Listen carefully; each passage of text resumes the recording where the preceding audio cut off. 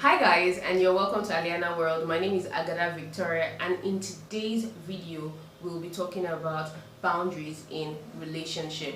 How to set boundaries in relationship. Want to know more? Stay tuned. Welcome to all our subscribers, both old and intending. Wink, wink. This is Alianna World, where our mission is to shine and light up others along the way. Please stay tuned as Vicky teaches us about boundaries. So in the last video, Umfon Abasi spoke about man, part 1 and part 2. If you haven't seen it, why? You should totally go and check it out. So you just click on the card right here and you get all the juicy gist. So she spoke about man, and while talking about that topic, she mentioned setting boundaries as one of the things to note. And I just felt like, why don't we talk more about it? Just dive into it and see what we can get out of it. So today I'm talking about setting boundaries. Now the question would be, why should I set boundaries? Like, what does it matter? Well, if there are no boundaries to things in this life, everything will be in chaos, trust me. Imagine if you're just working and working and you're not sleeping. You're working during the day, you're working at night, and you're not sleeping. Your body is gonna crash. You feel me? Exactly. So you have to make sure that at every point in time you're setting boundaries. What if you do not set boundaries to the kind of food that you eat?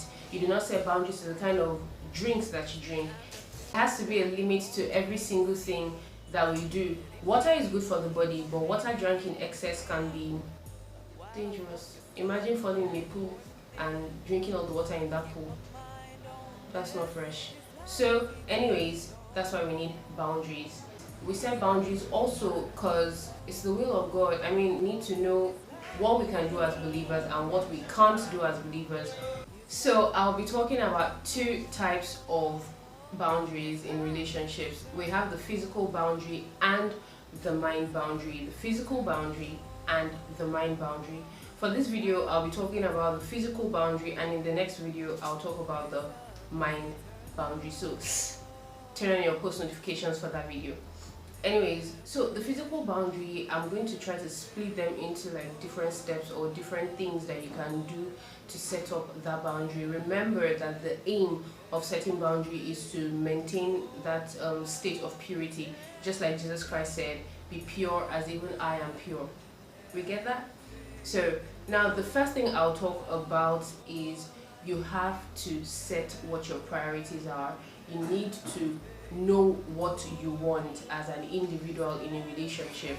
So I'm going into a relationship, or I'm about to go into a relationship, or I am already in a relationship. I want to know what are the things I want to allow myself to do and what are the things I don't want to allow myself to do. Do you understand? So for example, you see some people say that okay, so we can do hugs, we can do holding of hands, but we can't do kissing or we can't do sex.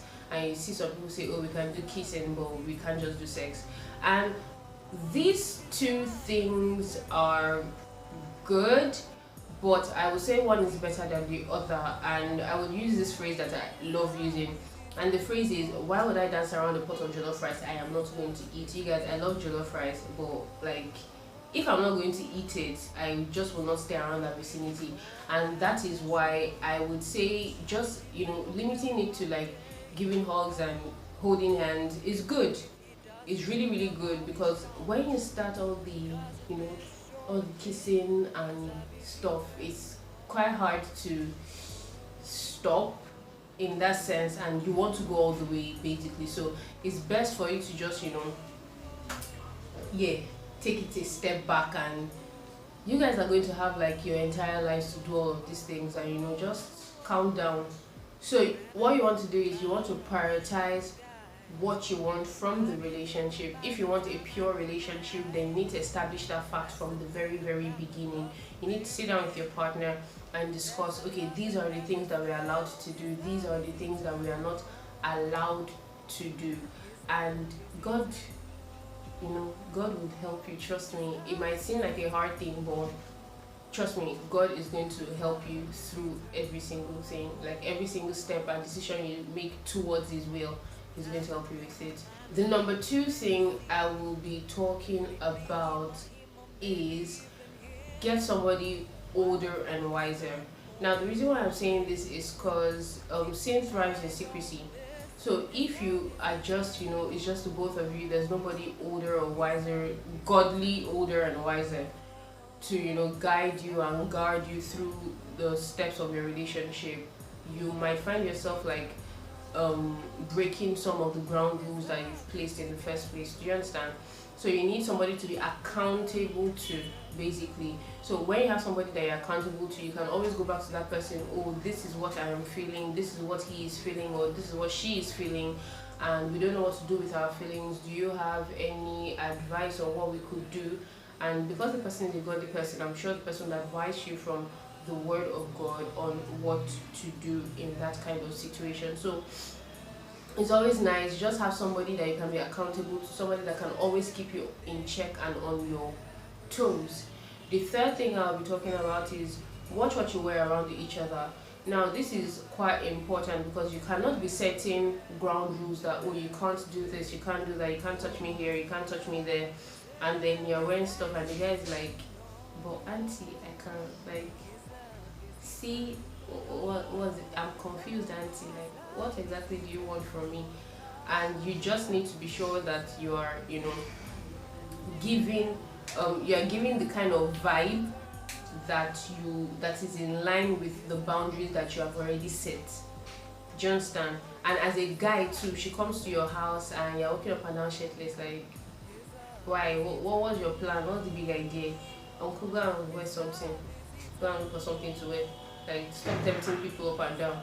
So what you want to do is you want to watch what you wear around each other, and this reduces the amount of pressure. There'll still be pressure, trust me, but this reduces the amount of pressure that you feel when you're around each other.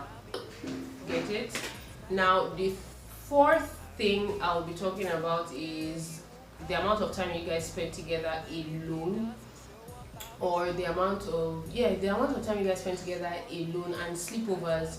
Like, I'm not saying being alone is bad. Actually, you guys being alone together is good for both of you because you get to know each other better. You get to talk about things that you guys probably cannot talk about in front of other people and stuff like that. But then just limit it. You guys can be alone together in a public place in front of eyes that can see you. Do you understand? So just be careful. You being alone together for hours on ending together in a closed room. I don't know what your plans is, but I don't think that's the best. And then sleepovers, like, somewhere in my mind I'm thinking, why exactly are you sleeping over at somebody's house when you're not married to the person? And I'm lost, I'm confused. Like, what do you think is going to happen? So okay, you go to his house, or he goes to your house around like 6 p.m. in the evening, and then you guys are talking, and then unfortunately rain starts to fall. And then you're like, just stay in my house, and tomorrow I'll sleep on the floor, you sleep on the bed, or don't worry, you sleep in the parlor, I'll sleep in the room. And then in the middle of the night, you're just like, let me go and just see if she's feeling cold, or mosquito is biting her, or what was your plan from the start? Like, it's best, if you know that this is the focus I have for my relationship, then it's best to just do things that will lead you to attain that goal. I mean, you see athletes, they know that, okay, we're running for the Olympics in whatever year, and they start to train right from the very beginning. I see videos of people training their children from age 4 for something that they're going to probably participate in when they're 18 or 17. And this is what it takes to attain that goal. So if you know that this is my aim, this is where I want my relationship to be, I want my relationship to mirror Christ, I want people to look at my relationship and know that, okay, this is Christ-centered.